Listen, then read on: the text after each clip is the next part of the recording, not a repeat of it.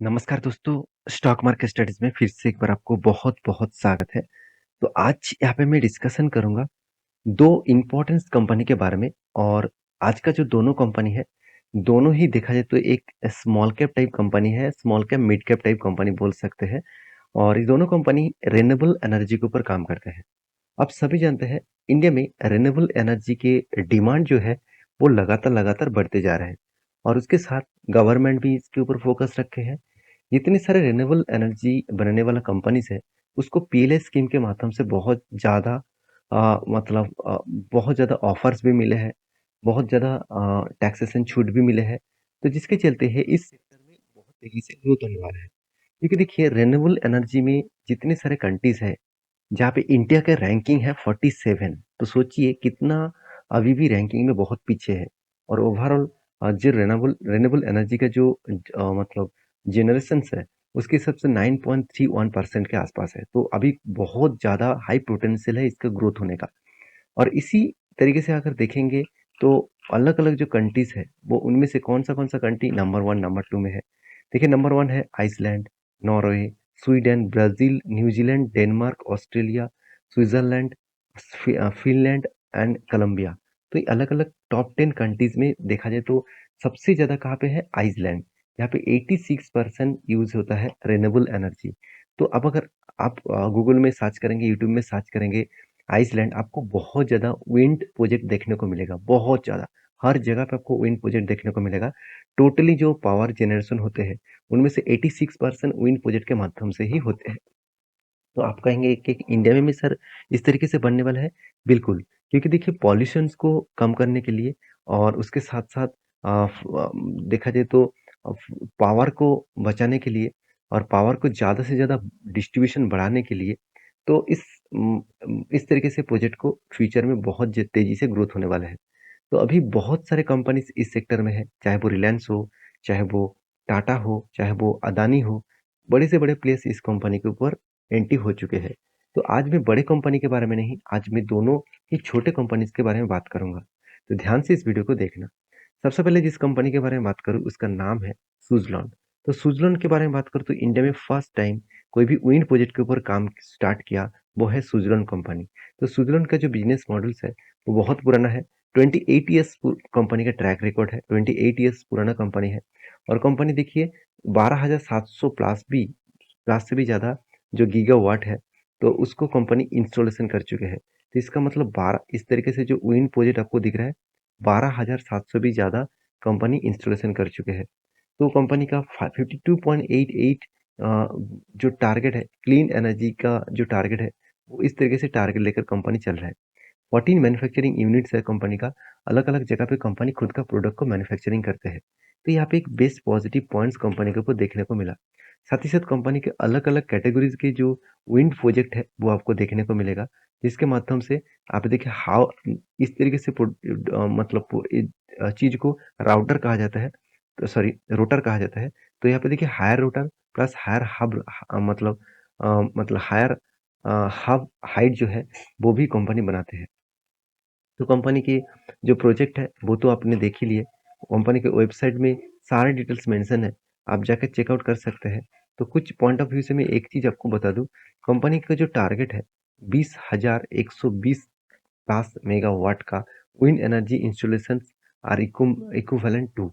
तो देखिए कंपनी का जो टारगेट है, जो साल हर साल जो 4.30 बिलियन ट्रीज काटा जाता है, मतलब पेड़ काटा जाता है, तो उस हिसाब से कंपनी देखा है तो CO2 जो है वो उसको कम करेगा और उसके साथ साथ आप देखेंगे तो 13.8 मिलियन जो हाउस होल्ड पावर है वो भी कंपनी सप्लाई करेगा और उसके साथ साथ कंपनी ये भी बता रहा है कि 51.66 मिलियन टन्स CO2 जो इमिशंस है उसको कम करेगा। एक एक पॉजिटिविटी थिंकिंग लेके चल रहा है। अगर इस तरीके से पॉजिटिविटी थिंकिंग लेके चलेंगे तो गवर्नमेंट से भी बहुत सपोर्ट मिलेगा। उसके साथ-साथ कंपनी का ग्रोथ होने का चांसेस भी है। तो देखिए कंपनी का सिर्फ ग्रोथ देखकर फ़ायदा नहीं, कंपनी का परफॉर्मेंस किस तरीके से हो रहा है वो भी देखना ज़रूरी है। तो सुज़लॉन्स के बारे में बात करूँ तो कंपनी का जो मार्केट कैप है, कोई छोटा-मोटा मत समझ लेना, 24,300 करोड़ के आसपास है। कंपनी स्टार्ट हुआ था 1995 में और कंपनी का टोटल जो बिज़नेस है वो विंड प्रोजेक्ट के ऊपर है। अगर आप देखेंगे तो कंपनी का करंट जो प्राइस है वो एक पेनी स्टॉक है। एक टाइम कंपनी का प्राइस ₹6 के भी नीचे चला गया था। उसके बाद ₹6 से ₹21 तक आया। तो कंपनी का देखिए पी रेशियो तो 84 है। आरओसी बेस्ट लेवल में देखने को मिला। कंपनी का चार्ट पैटर्न के बारे में बात करूँ तो कंपनी का पी रेशियो एक टाइम चला गया था कितना 140 के ऊपर। 140 से कंपनी करेक्शन होकर कहाँ तक आ गया 86 और कंपनी का 5 साल की एवरेज पी रेशियो कितना है 99। इसका मतलब कंपनी पी रेशियो के एवरेज पी रेशियो के हिसाब से कंपनी नीचे ट्रेड कर रहा है। तो ये भी एक प्लस पॉइंट के हिसाब से देखना चाहिए। रही बात कंपनी की मतलब क्वार्टर के रिजल्ट्स के बारे में, तो कंपनी देखिए हर क्वार्टर्स में खुद का सेल्स को इंक्रीज़ करते चले गए। इस बार भी कंपनी देखिए अच्छा खासा सेल्स किया, मगर पिछले क्वार्टर्स को बीट नहीं कर पाया। पिछले क्वार्टर की तुलना से कंपनी का थोड़ा सेल्स डाउन हो गया, इसलिए कंपनी का प्रॉफिट मार्जिन में थोड़ा-सा इम्पैक्ट आया। अभी सालाना इसी चीज़ को मैं आपको दिखा दूँ, तो साल भर में जो डेटा आपको देखने को मिलेगा, वो आप देखेंगे तो कंपनी का सेल्स लगातार इंक्रीज़ हुआ। लास्ट कुछ क्वार्टर्स में कंपनी का सेल्स अ, पॉज़िटिव में तो था, मगर उतना ज़्यादा नहीं है। पहले देखिए बहुत शानदार कंपनी का सेल्स होता था। अगर इस शानदार सेल्स को ध्यान से देखेंगे, सेल्स जितना हुआ उससे भी कई गुना ज़्यादा कंपनी का एक्सपेंस हो गया, जिसके चलते कंपनी का प्रॉफ़िट से उल्टा लॉस होता था। उसके बाद देखिए बीच में भी लॉस हुआ, उसके बाद धीरे-धीरे करके कंपनी का लॉसेस जो है वो प्रॉफ़िट में कन्वर्ट हुआ। तो कभी लॉस कभी प्रॉफ़िट इसी लेकर चल रहा है कंपनी, क्योंकि कंपनी के जो बिज़नेस मॉडल्स है, उस मॉडल्स को अभी भी एस्टेब्लिश होने के लिए 5 साल और भी लग सकते हैं। क्योंकि इस प्रोजेक्ट अभी तो फ़ोकस में आया हुआ है, हर व्यक्ति इसी सेक्टर के ऊपर निवेश कर रहा है और इसी सेक्टर के ऊपर काम करना स्टार्ट किए हैं। और बड़े-बड़े जो प्लेयर्स हैं जैसे अदानी हो गया, साथ ही साथ देखा जाए तो रिलायंस हो गया, टाटा हो गया, तो ये सारे कंपनीज़ भी इस सेक्टर के ऊपर है। तो बड़े से बड़े प्लेयर्स जहाँ मतलब बड़े से बड़े प्लेयर्स जब इस तरीके से प्रोजेक्ट के ऊपर काम करते हैं, तो छोटे प्लेयर के थोड़ा-सा मतलब प्रेशर तो बनेगा ही। तो कंपनी के सेल्स ग्रोथ में उतना ख़ासियत नहीं है, मगर इ प्रॉफ़िट ग्रोथ में ख़ासियत है और रिटर्न ऑफ इक्विटीज़ में कंपनी का कुछ डेटा नहीं है और सीएजीआर के परसेंटेज के हिसाब से अच्छा खासा प्रॉफ़िट कंपनी जनरेट करके दिया।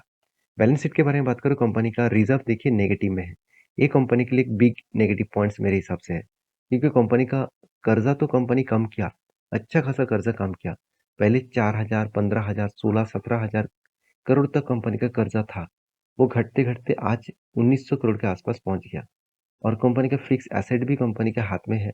सर रिज़र्व नेगेटिव होने के कारण कंपनी के ऊपर एक नेगेटिवली ज़रूर देखना चाहिए। देखिए मैं पहले ही बोल चुका हूँ, जो दोनों कंपनी के बारे में आज बात करूँगा दोनों ही हाई रिस्की कंपनी है। अगर इस तरीके से कंपनी के ऊपर निवेश करना है, तो प्लीज़ रिसर्च करके और छोटे से क्वांटिटी के साथ काम स्टार्ट कर सकते हैं। तो कंपनीज़ के इन्वेस्टर के बारे में बात करूँ आप देखेंगे, तो एफआईएस ने क्या किया, खुद को होल्डिंग्स को बढ़ा दिया, 3% से बढ़ाकर हो गया 10%। डीएस के पास 17% होल्डिंग था, उसको बढ़ाकर हो गया 10%। पब्लिक के पास 62% होल्डिंग्स था, वो बढ़ के हो चुके 64%। तो ओवरऑल जो परसेंटेज है, वो कुछ इस तरीके से देखने को मिला है। प्रोमोटर के पास भी अच्छा खासा होल्डिंग्स देखने को मिला है। तो आप कहेंगे सर प्रोमोटर ने खुद माल बेचकर भाग रहा है। तो देखिए प्रोमोटर ने माल बेचा, उसका माल डायरेक्टली किसने उठाया? एफएस ने उठाया। तो इसी चीज़ को मैं चार्ट पैटर्न के हिसाब से दिखा दूँ, तो ध्यान से देखना, कोविड के टाइम में इस कंपनी का प्राइस चला गया था ₹1 के आसपास। ₹1 से कंपनी कहाँ तक आया? तो ₹20 के आसपास। और ये जो लेवल है, मैं आपको पहले भी मेंशन किया एक वीडियोज़ में कि कंटीन्यूअसली कंपनी यहाँ पे जो मेंटेन्स किए, ध्यान से इस चीज़ को देखना, यहाँ पे अगर एक पैटर्न्स क्रिएट हुआ, तो वो पैटर्न्स अगर कन्फर्म हुआ तो एक बड़ा-सा धमाका दिखेगा। ऑलमोस्ट देखा जाए तो कंपनी 20 टाइम्स रिटर्न दे चुके हैं। इसको देखकर खुश मत हो जाना। कंपनी का प्रीवियस डेटा देखेंगे तो आपका हालत ही खराब हो जाएगा। कंपनी एक टाइम में कहाँ पे चल रहा था? करीबन 450 के आसपास, ₹422 के आसपास। वहाँ से कंपनी कहाँ कहाँ तक आया? ₹1 के आसपास। तो सोचिए पूरा का पूरा तो यहाँ पे बर्बाद हो गया। इतने सारे लोगों ने ज़्यादा निवेश करके रखे थे। इसलिए मैं बार-बार बोलता हूँ, हाई रिस्क की कंपनी है, तो रिस्क अगर आपको लेना है, तो छोटे-मोटे रिस्क के साथ काम करिए, ज़्यादा रिस्क मत लीजिए। तो कंपनीज़ के ऊपर देखिए चार्ट पैटर्न्स के बारे में बात करूँ तो ध्यान से देखना इस चीज़ को। तो यहाँ पे क्या पैटर्न बन रहा है? एक शोल्डर बना, उसके बाद एक बिग हेड बना, उसके बाद एक शोल्डर अगर बनाएगा, तो एक बड़ा-सा मोमेंटम हो सकते हैं। तो उसके लिए आपको कंपनी के ऊपर स्टडी करके ही काम करना पड़ेगा। नेक्स्ट जो कंपनी जिसके बारे में बात करूँ, उसका नाम आप देखेंगे, तो कंपनी का नाम है हिटाची एनर्जी। तो हिटाची एनर्जी ये भी एक पावर सेक्टर और ग्रीन एनर्जी के ऊपर काम करने वाला कंपनी है। अगर इस कंपनी के बिज़नेस मॉडल्स के बारे में बात करूँ, तो कंपनी इलेक्ट्रिकल इक्विपमेंट्स के साथ-साथ सोलर प्रोजेक्ट के साथ-साथ और विंड प्रोजेक्ट के ऊपर भी काम करते हैं। आप खुद ही देख लीजिए कंपनी जिस स्टेप के ऊपर काम करते हैं, वो स्टेप फ्यूचर में एक अच्छा खासा ग्रोथ कंपनी को दे सकते हैं। तो कंपनी का बिजनेस मॉडल सिर्फ यही नहीं है, कंपनी फ्यूचर में जो हाई स्पीड ट्रेन है, जो technology basis high high high speed mobility trains है, वो उसके ऊपर भी काम कर रहे हैं। आप देखेंगे तो यहाँ पे देख सकते हो powering the future of mobility. तो इसका मतलब जो मतलब हाई स्पीड ट्रेन का जो ऑटो मतलब मोबिलिटी सिस्टम है उसके ऊपर कंपनी काम कर रहा है। तो कंपनी का जो फ्यूचर बिजनेस है वो भी बहुत स्ट्रांग है, क्योंकि कंपनी आप देखेंगे तो energy transmission drive board based मतलब फ्यूचर के इस बेस के ऊपर भी काम कर रहा है। जैसे एनर्जी सिस्टम के ऊपर भी कंपनी काम कर रहा है। तो कंपनी के अगर वेबसाइट विजिट करेंगे तो आप ध्यान ध्यान से देखना, रिन्यूएबल एनर्जी के ऊपर कंपनी का प्रोजेक्ट चल रहा है, जहाँ पे 30 मेगावाट कंपनी एनुअली यहाँ पे ऐड करते जा रहा है। और 290 मेगावाट सोलर प्रोजेक्ट के ऊपर कंपनी का टारगेट है 2030 तक। तो company solar project and wind project दोनों के ऊपर काम कर रहा है। साथ ही साथ पावर ट्रांसमिशन के ऊपर भी कंपनी काम कर रहा है, इंडस्ट्रीज के ऊपर भी कंपनी काम कर रहा है, रेलवे सेक्टर के ऊपर, साथ ही साथ डेटा सेंटर्स के ऊपर, उसके साथ साथ कंपनी डिस्ट्रीब्यूशन के ऊपर। तो कंपनी का अलग अलग सेक्टर वाइज, अलग अलग बिजनेस मॉडल वाइज कंपनी काम कर रहा है। और कंपनी का जो कैपेसिटी है वो कैपेसिटी लगातार लगातार बढ़ते जा रहा है। अगर इसी चीज को मैं आपको ध्यान से यहाँ पे दिखा दूं, आप देखेंगे कंपनी का सेगमेंट वाइज देखा जाए तो company renewable energy solar and wind project के ऊपर 130% का आसपास ग्रोथ किया, और डेटा सेंटर्स के ऊपर कंपनी 238% के आसपास ग्रोथ किया, जहाँ पे 5G यहाँ पे देख सकते हो 5G launches in India, data मतलब लोकेलाइजेशन जो रेगुलेशंस है उसके ऊपर भी काम किया, डेटा सेंटर्स के ऊपर भी काम किया। उसके साथ साथ इंडस्ट्रीज जो है, इंडस्ट्रीज का जो मतलब ग्रोथ है, वो पीएलआई जो स्कीम है इंडस्ट्रीज के ऊपर, वहाँ पे कंपनी का ग्रोथ देखने को नहीं मिला। रेलवे जो मेट्रोज रेलवे प्रोडक्ट प्रोजेक्ट है उसके ऊपर भी कंपनी 79% का ग्रोथ किया। तो देखा जाए तो कंपनी का मेजर जो प्रोजेक्ट है उस प्रोजेक्ट के ऊपर कंपनी अच्छा खासा ग्रोथ यहाँ पे कर रहा है। अभी कंपनीज के बारे में बात करें तो कंपनी का मार्केट कैप 18,000 करोड़ के आसपास है। कंपनी का वैल्यूएशन बहुत हाई है मेरे हिसाब से, क्योंकि कंपनी का करेंट जो पी रेशियो है 190 है। आप कहेंगे सर एक टाइम तो कंपनी का पी रेशियो 300 तक चला गया था। हाँ, आपकी बात सही भी है, एक टाइम पी रेशियो 300 तक चला गया था। तो कंपनी के एवरेज पी रेशियो कितना है? 110 है। तो 110 और इसका करंट पी रेशियो 190, इसका मतलब शेयर में एक करेक्शन होने का चांसेस है, क्योंकि कंपनी ओवर वैल्यूड है। तो मैं ओवर वैल्यूड कंपनी के बारे में आपके साथ क्यों डिस्कस करूँ? देखिए, मेरा डिस्कशन करने का ये मकसद नहीं है मैं आपको ये बता दूं कि कल ही जाकर आप निवेश कर लिए। आपको कंपनीज के बारे में जानकारी पहले से ही आप लगातार मतलब रखेंगे, तो जब मौका मिलेगा तो उस मौके को आप फायदे के हिसाब से उठा सकते हैं। तो कंपनीज के जो परफॉर्मेंस है उसके बारे में बात करूँ, कंपनी का डेप्थ कम है, इनकम भी हो रहा है, और कंपनी के इंडस्ट्रीज पी रेशियो कंपनी के पी रेशियो से बहुत कम है। आरओसी आरओई एक एवरेज लेवल में देखने को मिला। और कंपनीज की देखिए, कंपनी का जो डेटोस डे है वो 125 दिन लग रहा है कंपनी का प्रोडक्ट प्रोडक्शन करने में। तो कंपनीज के जो प्रॉफिट एंड लॉस है उसके बारे में बात करो, कंपनी का सेल्स लगातार इंक्रीज होता गया, और एक्सपेंस को मेंशन करने के बाद कंपनी का जो प्रॉफिट है इस साल में कंपनी का प्रॉफिट कुछ डाउन हो गया, और पहले जो प्रॉफिट था कंटिन्यूसली एक प्रॉफिट पॉजिटिवली यहाँ पे देखने को मिला है।